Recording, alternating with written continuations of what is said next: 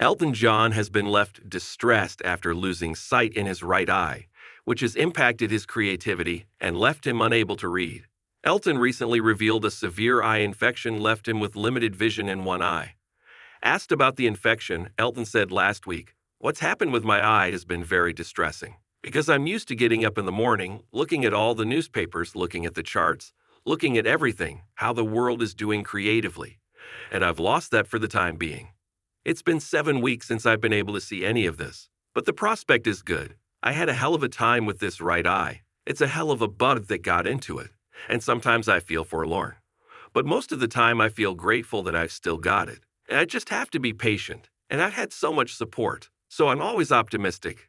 At the weekend when I was walking around backstage, when I'm walking around at home, I know where I'm going. Last night backstage, all the, getting up, no lights, everything, I found it really quite hard. But I had to be here to support the film. I had to be here. This is the first time I have been out in 7 weeks. And it was worth it to support RJ and David. Elton was speaking at Toronto International Film Festival where he is promoting the world premiere of documentary film Elton John. Never Too Late from co-directors RJ Cutler and Furnish. His appearance at the world premiere came days after he shared the health announcement with almost 5 million fans on Instagram. Over the summer, I've been dealing with a severe eye infection that has unfortunately left me with only limited vision in one eye, he wrote. I am healing, but it's an extremely slow process and it will take some time before sight returns to the impacted eye. I am so grateful for the excellent team of doctors and nurses and my family who have taken such good care of me over the last several weeks. I have been quietly spending the summer recuperating at home, and am feeling positive about the progress I have made in my healing and recovery thus far.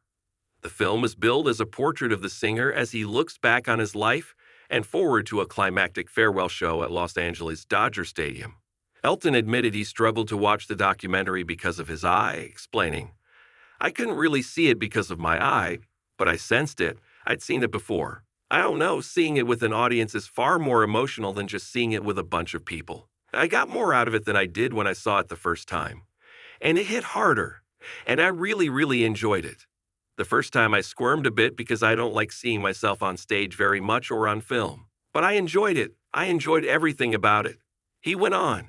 And I forget certain things. But some of the old footage was quite remarkable because that was the lead vocal of Candle in the Wind. And I just found myself looking so wistful. And it wasn't a pleasant time for me, as the film said at the time we were writing it. I tend to look forward so much that I don't look back. And so when you look back at the footage of some of the playing and the juggling and the studio stuff, you think, oh, we weren't bad. I wasn't expecting to because I find myself difficult to watch myself. But no, I really found the audience was so warm and loving. He added, what made me emotional? Talking about my family, talking about my children, talking about how my life is now compared to what it was in 1975. I've been through a hell of a lot. I mean, name it. I've been through the highs, the lows, the highs, the lows, the highs. But it's been an amazing life. It's been an amazing journey. And the great thing about it is I've learned and I've recovered from my mistakes. And I've had wonderful people in the latter few years to help me do that. Especially this man here, my husband, and my children. Elton then noted, and the whole purpose of doing this farewell tour was to say farewell, and to say I'm coming off the road. When we finished, we didn't finish in Los Angeles. We finished after Glastonbury in Britain a year afterwards. We finished in Stockholm, and I got in the back of the car and I went, yes, I don't have to do this again. I've done it and I want to go on a high. And Los Angeles Dodger Stadium was a high. Glastonbury was amazing.